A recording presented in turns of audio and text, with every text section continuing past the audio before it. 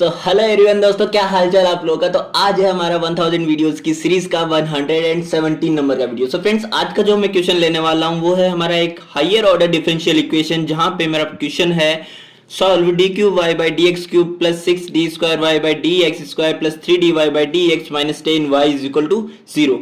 So first of all, तो अगर मैं इस डिफरेंशियल इक्वेशन की ऑर्डर एंड डिग्री का बात करता हूं, तो यहां पे हम ऑर्डर की बात करेंगे तो हम क्या कहेंगे कि किसी भी एक डिफरेंशियल इक्वेशन की जो ऑर्डर होती है वो होती है highest order derivative of differential equation.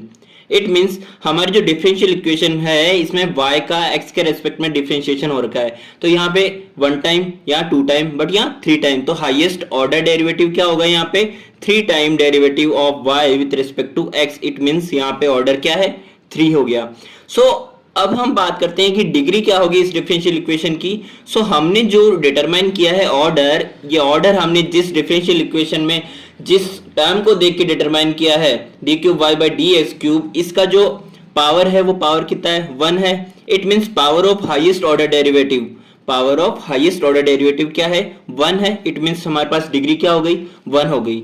सो यहाँ पर हमारी जो डिफरेंशियल इक्वेशन है इसमें आरएचएस में मेरे पास में टर्म है 0। It means RX is equal to 0 है।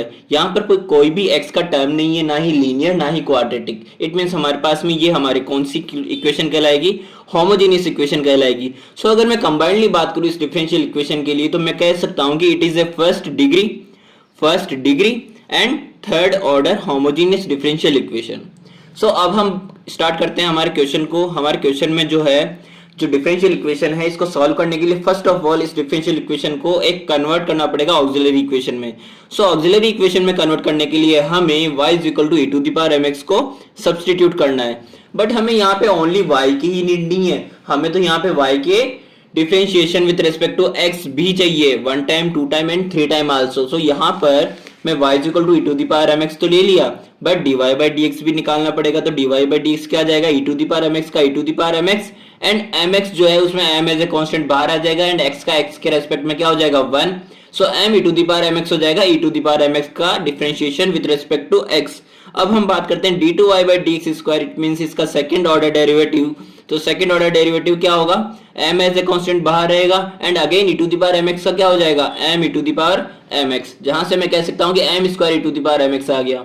So whenever we are talking about third order derivative of y, यहाँ पे y is equal to e to the power mx है एंड अगेन यहाँ पे हमने d2y by dx स्क्वायर निकाला था m square e to the power mx। तो हमें m स्क्वायर को एज ए कांस्टेंट बाहर रखना है and e to the power mx का अगेन क्या हो जाएगा m e to the power mx, जहां से मैं कह सकता हूं कि m cube e to the power mx हमें मिल गया है। सो यहाँ पे हमें जो डिफरेंशियल इक्वेशन है इसमें अभी इन वैल्यूज को एक एक करके पुट करना है। तो मैं y की जगह पे तो रख ही सकता हूँ e to the power mx and dy by dx की जगह पे m e to the power mx and again जब d2y बाई dx स्क्वायर होगा तो m स्क्वायर होगा, d क्यूब के लिए m क्यूब होगा and e to the power mx सभी में कॉमन होगा। तो e to the power mx तो मैं कॉमन निकाल के 0 में कर दूंगा। अब 0 हो जाएगा जब हम RHS में भेजेंगे तो e to the power mx। तो हमारे पास जो फाइनली ऑक्सिलरी इक्वेशन हमें मिली है वो है m cube plus 6m square plus 3m minus 10 is equal to 0।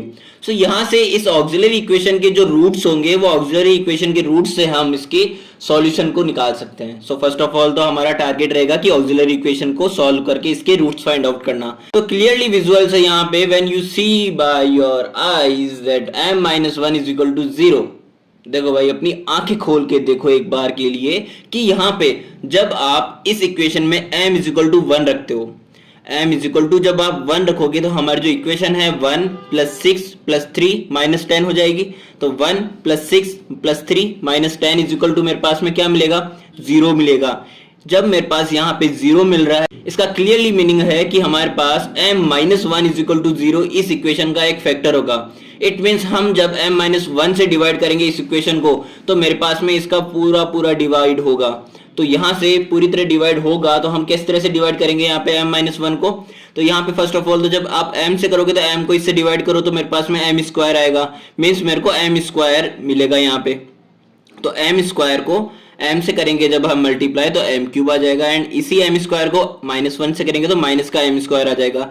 तो हमें यहाँ पे कोफिशिएंट के अकॉर्डिंग जो जो मिलेगा उसको लिखते रहना है उसी के नीचे। तो मेरे पास में एम क्यूब कैंसिल आउट हो जाएगा and 6m² plus m² 7m² हो जाएगा। तो यहां से अब 7m² के लिए आप जब निकालोगे तो 7m² में m को डिवाइड करोगे तो मेरे को क्या मिलेगा, प्लस का 7m। तो प्लस का 7m को अब आप m से मल्टीप्लाई करोगे तो 7m² आ जाएगा एंड 7m को ही -1 से मल्टीप्लाई करोगे तो माइनस का 7m आ जाएगा। यहां से अगेन मेरे पास 7m² and 7m² cancel out हो जाएगा एंड 7 + 3 हो जाएगा 10m माइनस का 10। अब अगेन यहाँ पे मैं m को डिवाइड करता हूँ तो मेरे को क्या मिलेगा, प्लस का 10। तो यहाँ पे 10 को मैं इन दोनों से मल्टीप्लाई करूंगा तो 10m माइनस 10 आ जाएगा, जहां से मेरे पास ये दोनों टर्म्स कैंसिल आउट हो जाएगी। तो मेरे को यहाँ से पूरी तरह इसको डिवाइड मिल गया है। It means m-1 and m² plus 7m plus 10 is equal to 0 लिख सकता हूं मैं इस फैक्टर को डिवाइड करने के बाद में।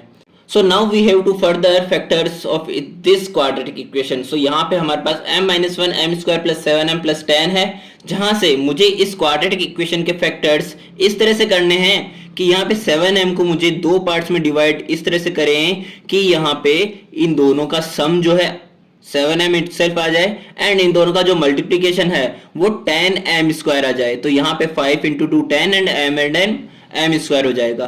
तो यहां से मैं क्या कह सकता हूं कि m में कॉमन लूंगा तो मेरे पास आ जाएगा m + 5 प्लस 2 कॉमन लूंगा तो m + 5 अगेन। तो यहां से मेरे पास आ जाएंगे m-1 m + 5 एंड m + 2 इसके फैक्टर्स इज इक्वल टू 0। अब मुझे इनके फैक्टर्स को इंडिविजुअली पुट करना पड़ेगा, इक्वेट करना पड़ेगा 0 के। तो m-1 को जब मैं 0 की इक्वेट करता हूं तो मेरे पास आएगा m = 1, m + 5 equate to 0, m = -5, m + 2 = 0, m = -2। It means real है एंड डिस्टिंक्ट है, सभी के सभी डिफरेंट है, कोई भी एक दूसरे के सिमिलर नहीं है। तो हमें मल्टीपल नहीं मिले हैं, यहाँ पे डिस्टिंक्ट रूट्स मिले हैं एंड रियल रूट्स मिले हैं।